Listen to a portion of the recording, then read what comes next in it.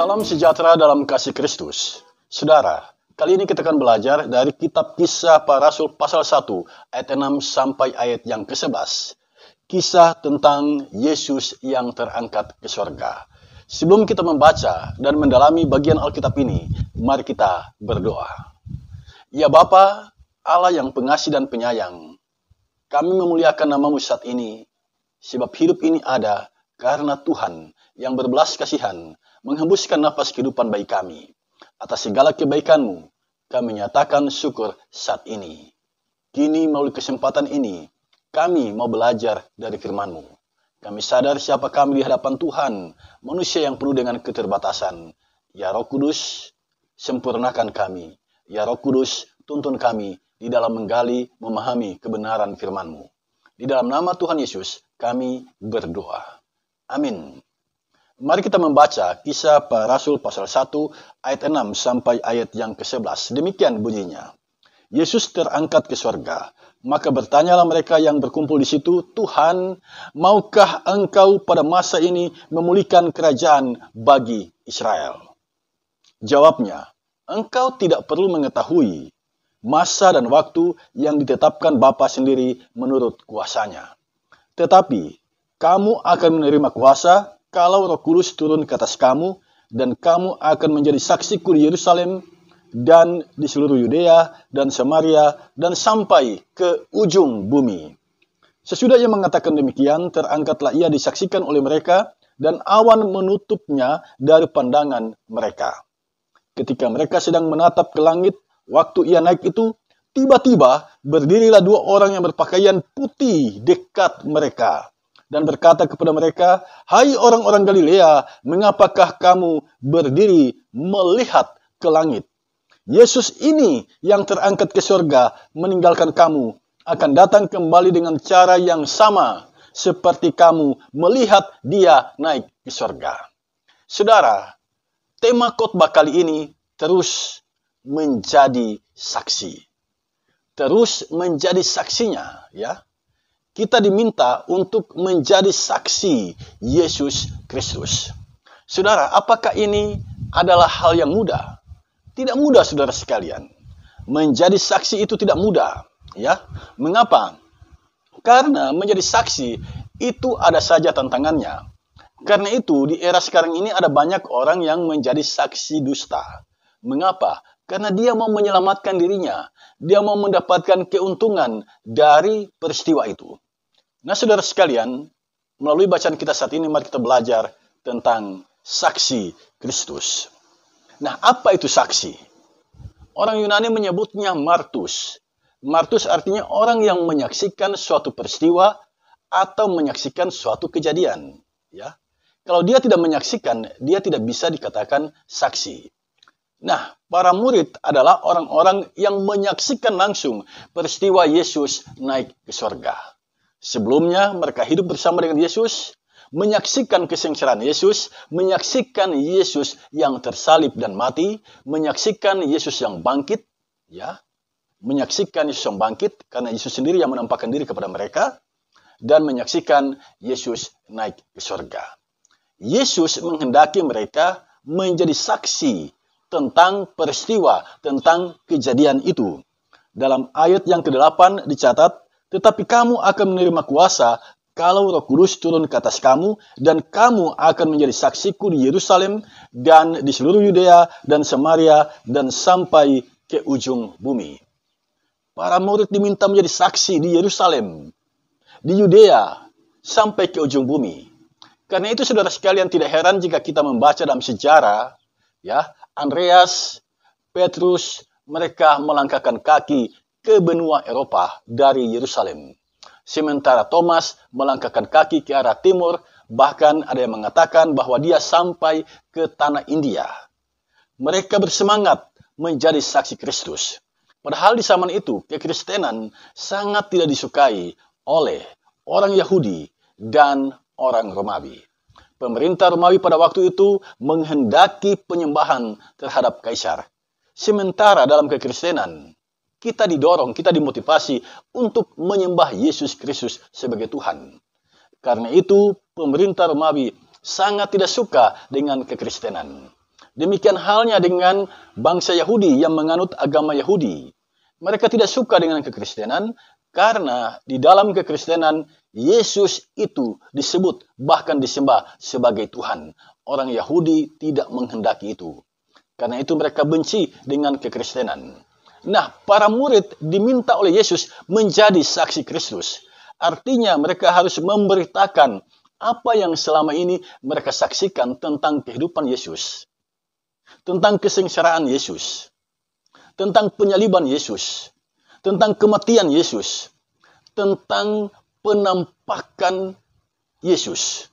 Tentang kenaikan Yesus ke surga. Semuanya itu yang mereka saksikan, itu harus diberitakan, itu harus diceritakan. Saudara, kalau Yesus adalah manusia, lalu menyampaikan pesan yang seperti itu, ya, apakah para murid mau berkorban nyawa untuk itu? Yesus telah naik ke surga. Dan para murid, Yesus sebelum dia naik ke surga, dia menyampaikan pesan agar para murid menjadi saksinya. Setelah dia berpesan seperti itu, perlahan dia naik ke surga. Dia naik ke surga, Bapak Ibu Saudara sekalian. Dia kembali ke tempatnya. Tempatnya adalah di surga. Surga yang penuh dengan kemuliaan. Yesus pergi ke sana. Nah, saudara sekalian, ini menjadi motivasi yang luar biasa bagi para murid. Mereka menyaksikan peristiwa yang spektakuler. Sebelumnya, mereka telah menyaksikan Yesus yang bangkit. Dan sekarang, mereka menyaksikan Yesus yang naik ke surga. Dari sini, keyakinan iman semakin diteguhkan. Mereka semakin sungguh-sungguh percaya bahwa Yesus adalah Tuhan yang harus disembah, yang harus dimuliakan. Itulah sebabnya mereka melangkahkan kaki, memberitakan Injil di kota Yerusalem, di Samaria, di Yudea, bahkan sampai ke ujung bumi. Mengapa? Karena peristiwa yang spektakuler ini, peristiwa yang melampaui akal budi manusia ini, adalah sesuatu yang ajaib, sesuatu yang harus diberitakan karena Yesus sendiri yang menyampaikannya. Karena Yesus sendiri yang berpesan agar hal ini segera diberitakan. Nah, apakah menjadi saksi adalah keinginan para murid? Tidak, saudara. Ini adalah keinginan Yesus. Perhatikan ayat 8. Saya akan bacakan. Tetapi kamu akan menerima kuasa kalau Roh Kudus turun ke atas kamu, dan kamu akan menjadi saksiku di Yerusalem dan di seluruh Yudea dan Samaria dan sampai ke ujung bumi. Ya, Yesus yang memerintahkan para murid menjadi saksinya.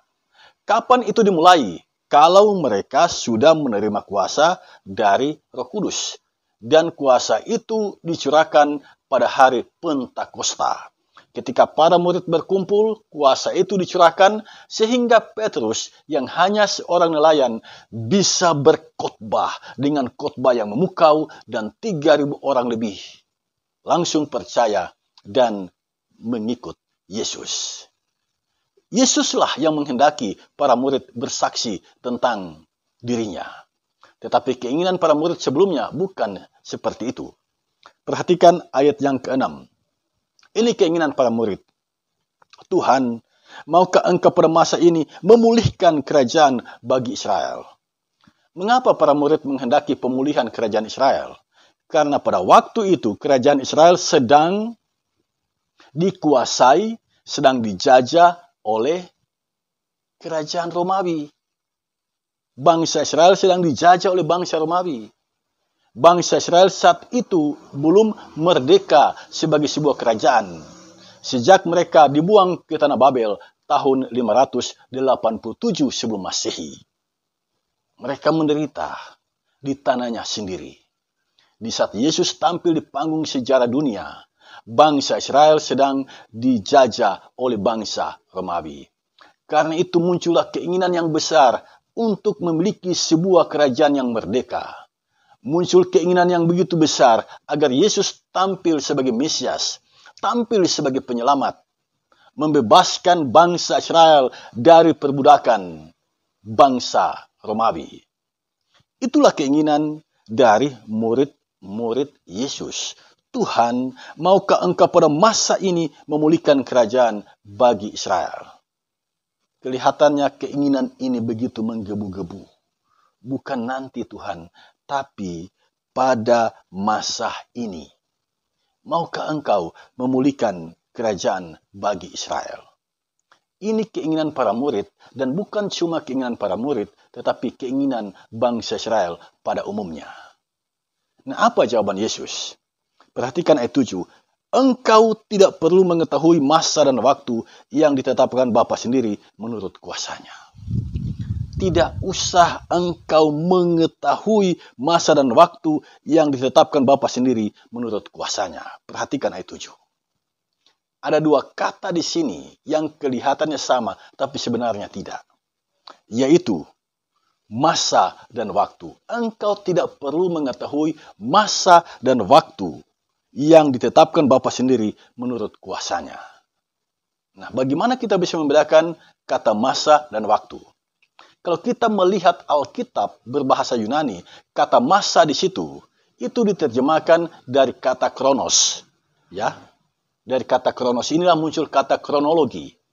Jadi waktu yang disebut masa di sini adalah waktu berurut, ya.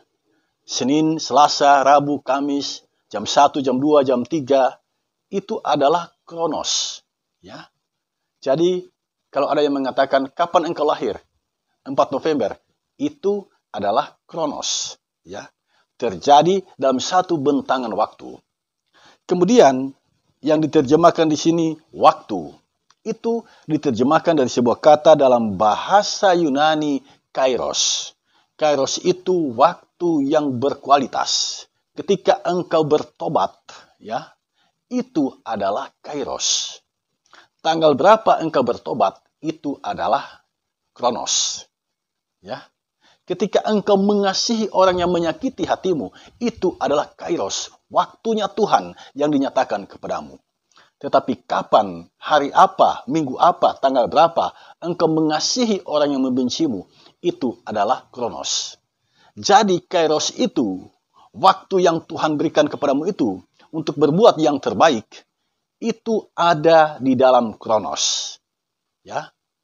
Nah, saudara sekalian, para murid dibilang oleh Yesus di sini, engkau tidak perlu mengetahui masa dan waktu yang ditetapkan Bapa sendiri menurut kuasanya.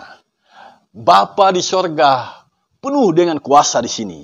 Dia yang menetapkan kronos dan kairos. Dia yang menetapkan kapan engkau lahir dan kapan engkau meninggal dunia. Dia yang menetapkan kapan engkau bertobat dari jalan hidupmu yang salah. Semuanya adalah kasih karunia Bapa. Jadi jika sampai saat ini kita bisa berbuat baik, kita ada di jalan yang benar, itu adalah kasih karunia Bapa Surgawi. Nah, selanjutnya Yesus memberikan pesan bahwa para murid menjadi saksi di Yerusalem, Yudea dan Samaria dan sampai ke ujung bumi ketika mereka menerima Roh Kudus. Jadi Roh Kudus itu dicurahkan, dia berfungsi menyertai orang-orang yang memberikan hidupnya bersaksi tentang Yesus. Bersaksi tentang kehidupan Yesus, kematian Yesus, kebangkitan Yesus, dan kenaikan Yesus ke sorga. Roh Kuduslah yang memberikan kemampuan kepada kita.